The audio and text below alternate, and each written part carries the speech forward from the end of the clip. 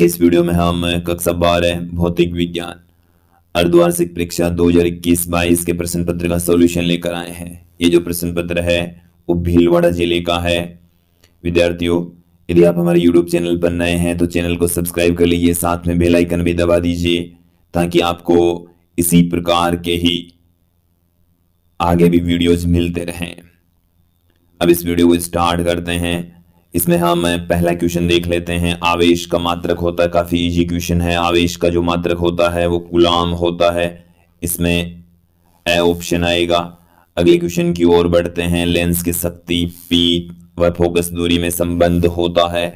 तो देखिए, लेंस की शक्ति और फोकस दूरी में जो संबंध है वो ये होगा। लेंस की शक्ति फोकस दूरी के व्युत्क्रम के इक्वल होती है। इसमें भी ए ही ऑप्शन आएगा। अगले क्वेश्चन की ओर बढ़ते हैं। विद्युत क्षेत्र की तीव्रता का मात्रक है। तो देखिए, विद्युत क्षेत्र की तीव्रता का मात्रक न्यूटन प्रति कूलाम या वोल्ट प्रति मीटर होता है। तो यहां पर न्यूटन प्रति कूलाम हमें बी वाले ऑप्शन में दिख रहा है, क्योंकि विद्युत क्षेत्र की जो तीव्रता होती है वो F अपॉन में Q के इक्वल होती है। तो F का मात्रक हो गया न्यूटन, Q का मात्रक हो गया कूलाम, तो न्यूटन प्रति कूलाम इसका मात्रक होता है। अगले क्वेश्चन की ओर चलिए। चौथे क्वेश्चन में देखिए, विद्युत ध्रुव के कारण बल आघूर्ण का सूत्र होता है। विद्युत ध्रुव आघूर्ण को हम टो से पुट करते हैं।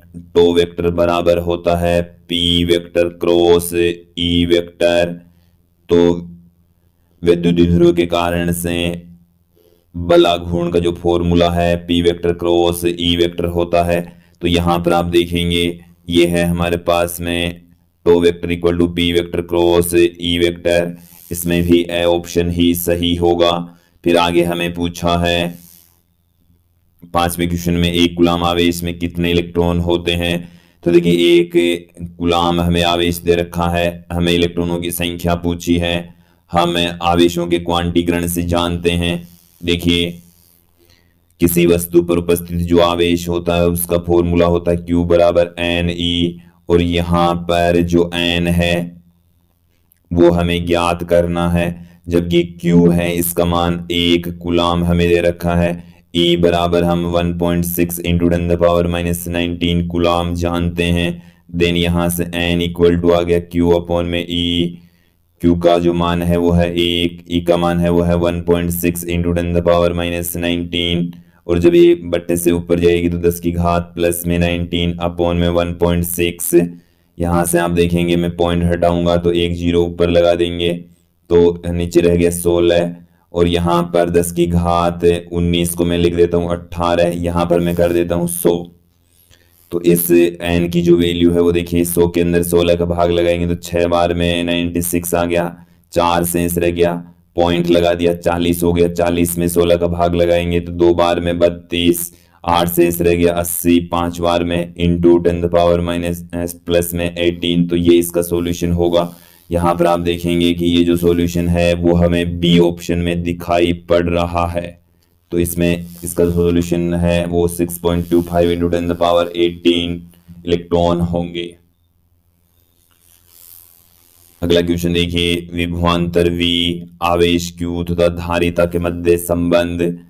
देखिए, किसी चालक को दिया गया आवेश उसकी विभव में वृद्धि के समानुपाती होता है। तो Q समानुपाती होता है V के, और यहां से जब हम प्रोपोर्शनल का साइन हटाते हैं तो Q बराबर आ जाता है C इंटू V। तो हम यहाँ पर रिलेशन देख लेते हैं कि हमारे पास में ये जो रिलेशन है ये भी गलत है, ये भी गलत है, ये वाला जो रिलेशन है वो सही है। V equal to Q upon में C। तो यहां से V बराबर हम Q अपॉन में C भी पुट कर सकते हैं। तो स ऑप्शन इसमें सही होगा। किसी गोली चालक की धारिता का मान समानुपाती होता है। किसी गोली चालक की जो धारिता होती है C बराबर होती है 4πε0 R। तो यहां पर जो C है वो R के समानुपाती होता है। तो ये इसमें ए ऑप्शन सही होगा, जिसमें दे रखा है C समानुपाती R। अगले क्वेश्चन में देखिए, किसी तार की प्रतिरोधकता निर्भर करती है तो देखिए जो तार है उसकी प्रतिरोधकता का मान ताप पर डिपेंड करता है, उस पदार्थ की प्रकृति पर निर्भर करता है, लंबाई पर, अनुप्रस्थ काट क्षेत्रफल पर और आकृति पर निर्भर नहीं करता, उस पदार्थ की प्रकृति पर निर्भर करेगा। तत्पश्चात इस क्वेश्चन का सॉल्यूशन उसके पदार्थ पर डिपेंड करता है। स ऑप्शन इसमें सही होगा। अगले क्वेश्चन की ओर देखिए। किसी समतल दर्पण पर प्रकाश की किरण अभिलंबवत आपतित होती है तो परावर्तन कोण का मान कितना होगा। इस तरीके से हमारे पास में एक समतल दर्पण है और इस दर्पण के ठीक लंबवत दिशा में प्रकाश की किरण इस तरीके से आपतित हो रही है। यहां से टकराने के पश्चात ये जो प्रकाश की किरण है उसी दिशा में ही वापस लौट जाती है। आप यहाँ पर पाएंगे कि जो अभिलंब है वो इस तल के ठीक लंबवत दिशा में होता है। तो यहाँ पर जो आपतन कोण है वो 0 डिग्री होता है। आपतन कोण यहाँ पर 0 डिग्री। आपतन कोण और परावर्तन कोण दोनों बराबर होते हैं। तत्पश्चात जो परावर्तन कोण है वो भी 0 डिग्री ही होगा। तो यहां पर परावर्तन कोण 0 डिग्री होगा। अगले क्वेश्चन की ओर बढ़ते हैं कि किसी गोलीय दर्पण के लिए फोकस दूरी f और वक्रता त्रिज्या कैपिटल R में क्या रिलेशन होता है। तो देखिए किसी गोलीय दर्पण की फोकस दूरी वक्रता त्रिज्या की आधी होती है, या हम ये कह सकते हैं कि ये जो रिलेशन हमें दे रखे हैं इसमें से F बराबर होता है R/2। ये रिलेशन है सही रिलेशन। तो अब हम यहाँ पर देख लेते हैं इनमें से कौन सा रिलेशन सही है। तो देखिए ये जो रिलेशन है वो गलत रिलेशन है। F R के इक्वल नहीं होता, F बराबर 2R भी नहीं होता, F बराबर R/4 भी नहीं होता। तो चारों ऑप्शन ही गलत हैं। F बराबर R/2 होता तो इसका ऑप्शन सही होता, इसका सोल्यूशन सही होता। तो इस क्वेश्चन के अंदर चारों ही ऑप्शन गलत हैं। अगले क्वेश्चन की ओर बढ़ते हैं। हमें पूछा है कि रिक्त स्थानों की पूर्ति करनी है। 11वें क्वेश्चन के अंदर देखिए मीटर सेतु के सिद्धांत पर आधारित है। तो जो मीटर सेतु है वो व्हीटस्टोन सेतु के सिद्धांत पर कार्य करता है। व्हीटस्टोन सेतु के सिद्धांत पर आधारित होता है। चुंबकीय फ्लक्स का SI मात्रक होता है। तो देखिए जो चुंबकीय फ्लक्स है उसको हम फाई से पुट करते हैं, B × A के इक्वल होता है। B का मात्रक होता है टेस्ला और A यहाँ पर क्षेत्रफल है जिसका मात्रक होता है मीटर स्क्वायर। तो टेस्ला × मीटर स्क्वायर इसका मात्रक हो गया, जिसे हम वेबर कहते हैं। जिसे क्या कहा जाता है, वेबर कहा जाता है। अगले क्वेश्चन की ओर बढ़ते हैं। प्रत्यावर्ती धारा जनित्र के सिद्धांत पर कार्य करता है। तो ये विद्युत चुंबकीय प्रेरण के सिद्धांत पर काम करता है। विद्युत चुंबकीय प्रेरण के सिद्धांत पर यह कार्य करता है। फिर अगले क्वेश्चन की ओर बढ़ते हैं। हमें पूछा है, अगले क्वेश्चन की ओर देखिए,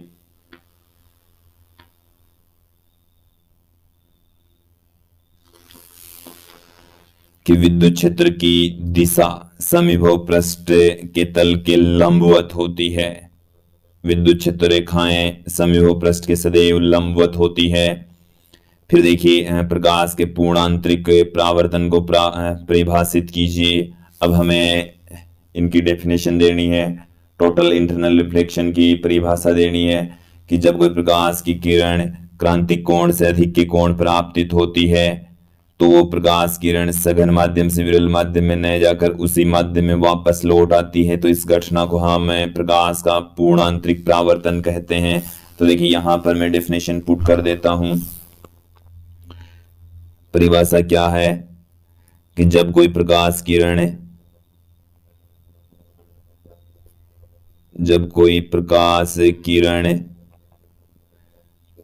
क्रांतिक कोण से अधिक कोण पर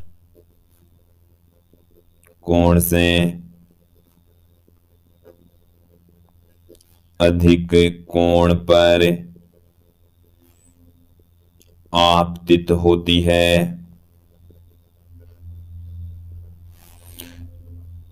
तो वह किरण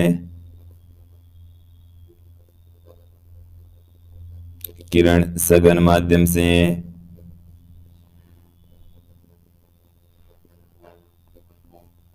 सघन माध्यम से विरल माध्यम में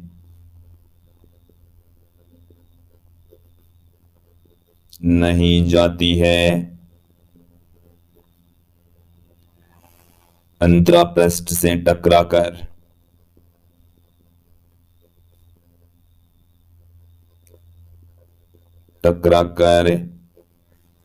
लौट आती है। अंतरापृष्ठ से टकराकर लौट आती है। इस घटना को पूर्ण आंतरिक परावर्तन कहते हैं। पूर्ण आंतरिक परावर्तन कहते हैं। पूर्ण आंतरिक परावर्तन कहा जाता है, टोटल इंटरनल रिफ्लेक्शन कहा जाता है। कि जैसे ये हमारे पास में इधर है सघन माध्यम, इधर है विरल माध्यम, और कोई प्रकाश की किरण यहां से ऐसे आ रही है, तो ये टकरा कर यदि उसी सघन माध्यम में वापस लौट जाती है, तो इस घटना को हम पूर्ण आंतरिक परावर्तन कहते हैं, टोटल इंटरनल रिफ्लेक्शन कहा जाता है। 16वां क्वेश्चन देखिए, स्थिर विद्युत के लिए गाउस का नियम लिखिए। देखिए गाउस का नियम किसी बंद पृष्ठ के लिए ही लागू होता है। ये जो नियम है वो क्या है समझ लीजिए। स्थिर विद्युत का गाउस का नियम हमें कहता है कि किसी बंद पृष्ठ से संबंधित विद्युत फ्लक्स का मान बंद पृष्ठ में उपस्थित कुल आवेशों का 1/ε0 गुणा होता है। देखिए क्या है नियम, किसी बंद पृष्ठ से संबंधित विद्युत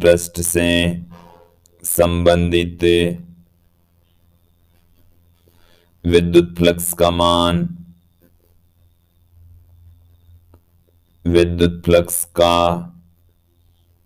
मान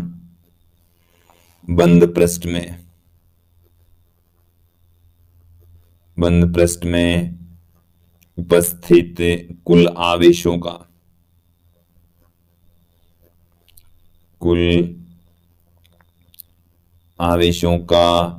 1/ε0 गुणा होता है। देखिए विद्युत फ्लक्स को हम फाई से प्रदर्शित करते हैं, और बंद पृष्ठ में उपस्थित कुल आवेश यदि समेशन क्यू है, तो इसका जो गणितीय रूप है वो phi equal to summation Q upon में ε0 के इक्वल लिखा जा सकता है। अगला जो क्वेश्चन है वो देखिए, किसी लेंस की समता को परिभाषित कीजिए, इसका मात्रक लिखिए। लेंस की क्षमता को हम फोकस दूरी के व्युत्क्रम के रूप में भी परिभाषित कर सकते हैं। तो देखिए इसकी डेफिनेशन क्या है, फोकस दूरी के व्युत्क्रम, किसी लेंस की फोकस दूरी के व्युत्क्रम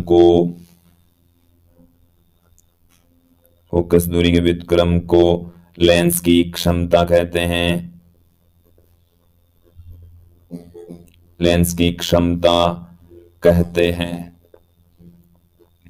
देखिए लेंस की क्षमता को P से, फोकस दूरी को F से, तो P बराबर होता है 1/f, और यहां से आप देखेंगे P का मात्रक वही होगा जो 1/f का मात्रक होता है। F यहां पर फोकस दूरी है जिसका मात्रक मीटर होता है। 1/मीटर को हम डायप्टर कहते हैं। तो इसका जो मात्रक है P का मात्रक डायप्टर होता है। P का मात्रक क्या होता है, डायप्टर होता है। इसको हम कैपिटल D से पुट करते हैं, 1/मीटर के इक्वल होता है। 18वां क्वेश्चन देखिए, दो स्थिर बिंदु आवेशों के मध्य लगने वाले बल के लिए कूलाम के नियम का कथन लिखिए।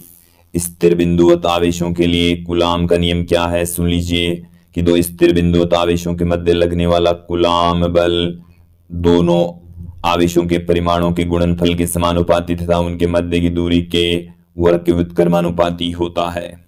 तो देखिए इसका जो स्टेटमेंट है वो क्या कहता है कि दो दोनों आवेश स्थिर होने चाहिए, बिंदुवत होने चाहिए। दो स्थिर बिंदुवत आवेशों के मध्य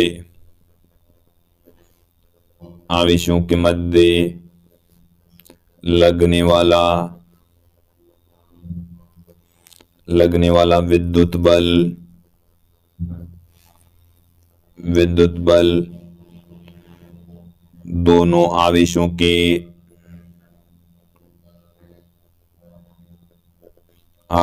के परिमाणों के गुणनफल के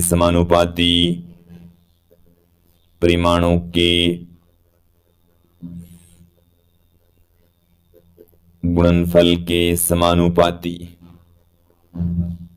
तथा उनके मध्य की दूरी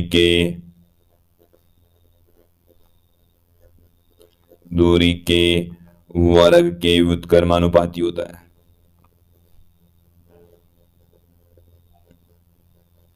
वर्ग के व्युत्क्रमानुपाती होता है। यहां से हम लेकर चल रहे हैं, हमारे पास में कंसीडर कर लेते हैं। मैं इसका गणितीय रूप भी आपके सामने रख रहा हूं कि दो आवेश हैं Q1 तथा Q2, दोनों के बीच की जो डिस्टेंस है वो है स्मॉल r। तब कूलाम के नियम से इन दोनों आवेशों के मध्य लगने वाला जो विद्युत बल है, जिसको हम कूलाम बल भी कह सकते हैं, ये दोनों आवेशों के परिमाणों के गुणनफल के समानुपाती तथा उनके मध्य की दूरी के वर्ग के व्युत्क्रमानुपाती होता है।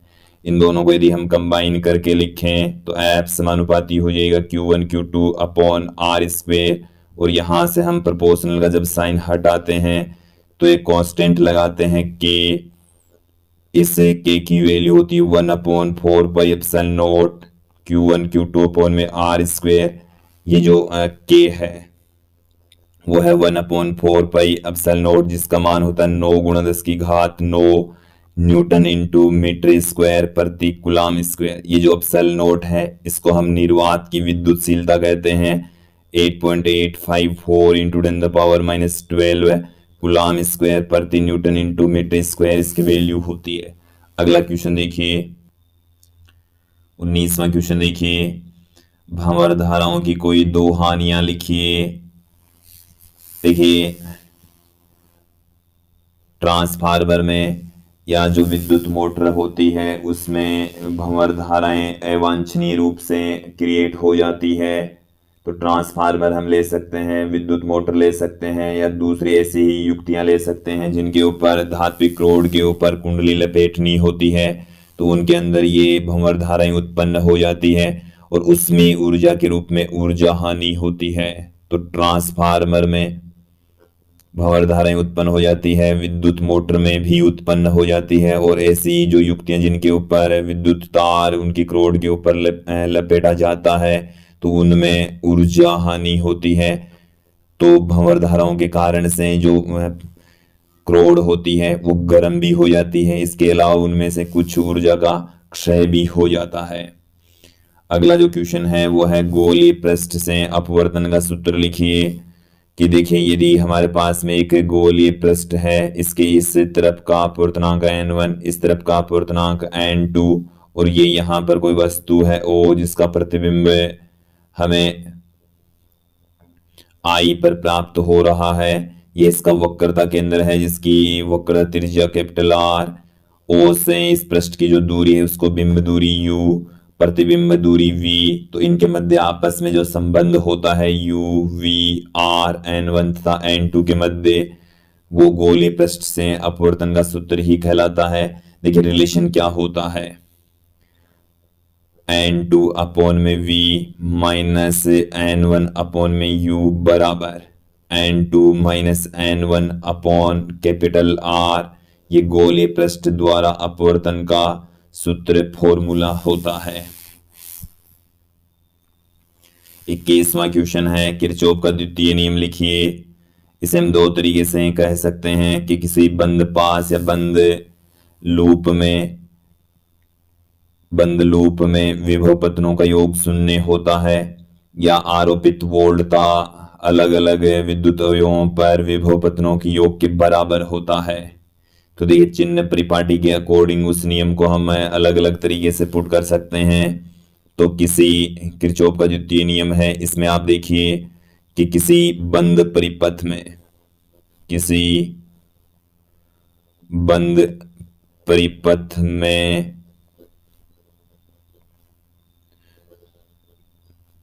विद्युत वाहक बल स्रोतों की वोल्टता, विद्युत वाहक बल जो स्रोत हैं अर्थात जो बैटरियां लगी हुई है उनकी वोल्टता तथा विद्युत अवयवों,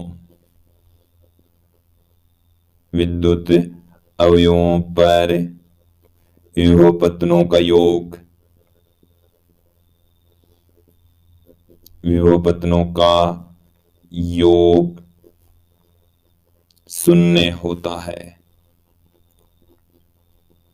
विभवपतनों का योग शून्य होता है। समेशन V इक्वल टू 0 कह सकते हैं, या जो विद्युत वाहक बल हैं उन सब का योग और जो विद्युत अवयव हैं उनके ऊपर वोल्टेज ड्रॉप, इन दोनों का जो योग है वो 0 होता है। इस तरीके से भी इसको हम कह सकते हैं। 22वां क्वेश्चन देखिए, तार की एक वृत्ताकार कुंडली जिसमें 100 फेरे हैं, प्रत्येक की त्रिज्या 8 सेंटीमीटर है, इसमें 0.40 एम्पीयर विद्युत धारा प्रवाहित हो रही है। कुंडली के केंद्र पर चुंबकीय क्षेत्र की तीव्रता, किसी वृत्ताकार कुंडली के केंद्र पर चुंबकीय क्षेत्र की तीव्रता का फॉर्मूला होता है μ0 n I अपॉन में 2r। तो देखिए इन सब की वैल्यू मैं यहां पर पुट कर रहा हूं। μ0 का मान होता है 4 पाई इंटू 10⁻⁷। n की वैल्यू हमें यहां पर 100 दे रखी है।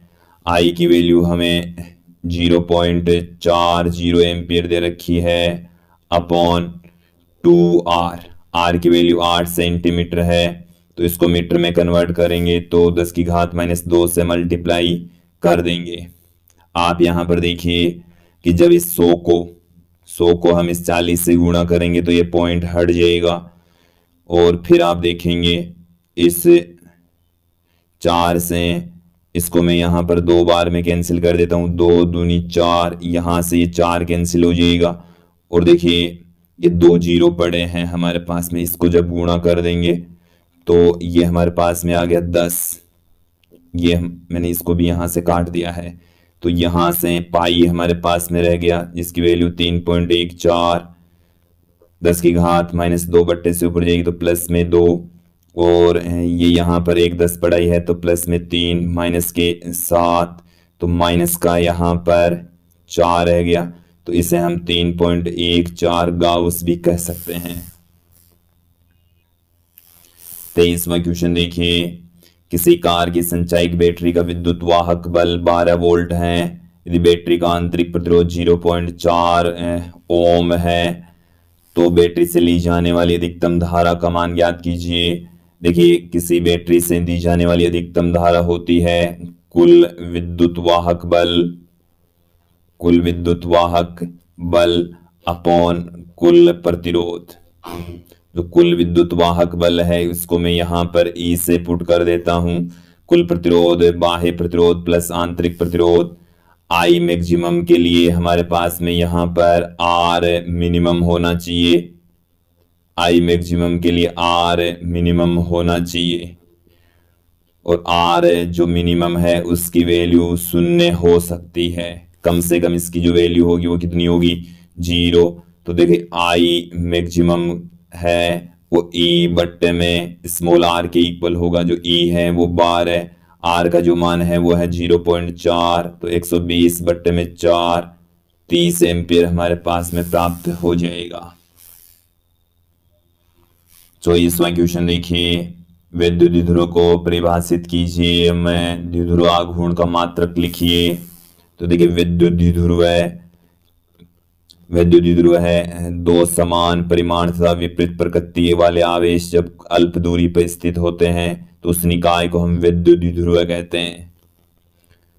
दो समान परिमाण व विपरीत प्रकृति वाले आवेश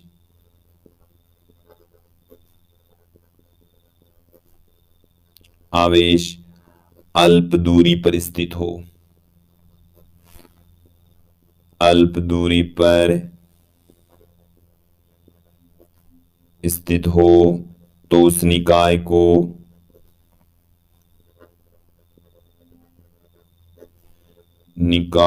विद्युत द्विध्रुव कहते हैं। विद्युत द्विध्रुव कहते हैं। अब देखिए, हमें किसी विद्युत द्विध्रुव को हम इस तरीके से दिखा सकते हैं। ये हमारे पास में दो आवेशों का समूह है, एक पर प्लस क्यू दूसरे पर माइनस क्यू चार्ज होता है और दोनों आवेशों के बीच की डिस्टेंस को 2a से लिखा जाता है। आगे पूछा है द्विध्रुवाघूर्ण का मात्रक लिखिए। द्विध्रुवाघूर्ण को P से पुट करते हैं। दोनों में से किसी एक आवेश के परिमाण तथा दोनों आवेशों के मध्य की दूरी के गुणनफल को विद्युत द्विध्रुवाघूर्ण कहते हैं। ये जो P है इसका मात्रक क्या होगा? Q इंटू 2a के मात्रक के बराबर होगा। Q इंटू 2a का मात्रक, Q यहां पर आवेश है जिसका मात्रक होता है कूलाम, 2a यहां पर दोनों आवेशों के मध्य की दूरी है जिसका मात्रक होता है मीटर। तो कूलाम इंटू मीटर इसका मात्रक होगा। विद्यार्थियों, अब जो हम क्वेश्चन देखने वाले हैं थोड़े से बड़े टाइप के क्वेश्चन हैं, तो इनका जो सॉल्यूशन है वो हमने इस वीडियो के डिस्क्रिप्शन में इनकी लिंक दे रखी है, वहां पर जाकर इन क्वेश्चंस का सॉल्यूशन देख सकते हैं। एक बार मैं आप के सामने इन क्वेश्चंस को रख देता हूं। इसमें हमें पूछा है सेल के आंतरिक प्रतिरोध को परिभाषित कीजिए। तो सेल के आंतरिक भाग में धारा के मार्ग में उत्पन्न जो बाधा होती है उसको हम सेल का आंतरिक प्रतिरोध कहते हैं। हमें पूछा है विभवमापी की सहायता से किसी सेल का आंतरिक प्रतिरोध ज्ञात करने का सूत्र प्राप्त कीजिए, आवश्यक परिपथ चित्र भी बनाइए। तो इस क्वेश्चन का सॉल्यूशन इस वीडियो की डिस्क्रिप्शन के लिंक में लिंक मिल जाएगा आपको। अगला जो क्वेश्चन है वो है एम्पीयर का परिपथीय नियम का कथन लिखिए और इस नियम की सहायता से इसका उपयोग करते हुए लंबे सीधे धारावाही चालक तार के कारण से चुंबकीय क्षेत्र की गणना कीजिए। इसका सॉल्यूशन भी हमने इस वीडियो की डिस्क्रिप्शन में एक लिंक दे रखी है, वहां पर जाकर इसका सॉल्यूशन देख सकते हैं। 27वां क्वेश्चन देखिए। ये वैसे सभी जिलों के पेपर में ये क्वेश्चन मिला है। एम्पीयर का परिपथीय नियम भी ये भी मोस्टली सभी जिलों के पेपर में मिला है। इसमें देख लीजिए, संयुक्त सूक्ष्मदर्शी का किरण आरेख चित्र बनाइए। सूक्ष्मदर्शी की आवर्धन क्षमता को परिभाषित करना है और आवर्धन क्षमता के लिए आवश्यक सूत्र भी स्थापित करना है। देखिए, 27वें क्वेश्चन के अथवा में हमें एक क्वेश्चन और दे रखा है। हमें बता रखा है कि एक वर्णी प्रकाश किरण के कांच के प्रिज्म से गुजरने पर अपवर्तन को दर्शाने वाला किरण आरेख बनाइए। हमें प्रिज्म से अपवर्तन का फॉर्मूला ज्ञात करना है, साथ में प्रिज्म कोण और न्यूनतम विचलन कोण के पदों में कांच के अपवर्तनांक को हमें ज्ञात करना है। ये भी हमें पूछा, पहले भी कई हाफ ईयरली के पेपर में पूछा गया है। 28वां क्वेश्चन देखिए। विद्युत द्विध्रुव के कारण से उसकी अक्ष पर स्थित किसी बिंदु पर विद्युत क्षेत्र की तीव्रता का व्यंजक प्राप्त कीजिए। तो इन जो क्वेश्चंस हैं इनका सॉल्यूशन हमने इस वीडियो की डिस्क्रिप्शन में दे रखा है, वहां पर जाकर आप इन्हें आसानी से समझ सकते हैं। गाउस के नियम से एक समान आवेशित समतल चादर के कारण से उत्पन्न विद्युत क्षेत्र की तीव्रता की गणना कीजिए। ये भी एक अच्छा क्वेश्चन है जिसका सॉल्यूशन हमने इस वीडियो की डिस्क्रिप्शन में इसका सॉल्यूशन की लिंक दे रखी है। आज के इस वीडियो में इतना ही। धन्यवाद दोस्तों।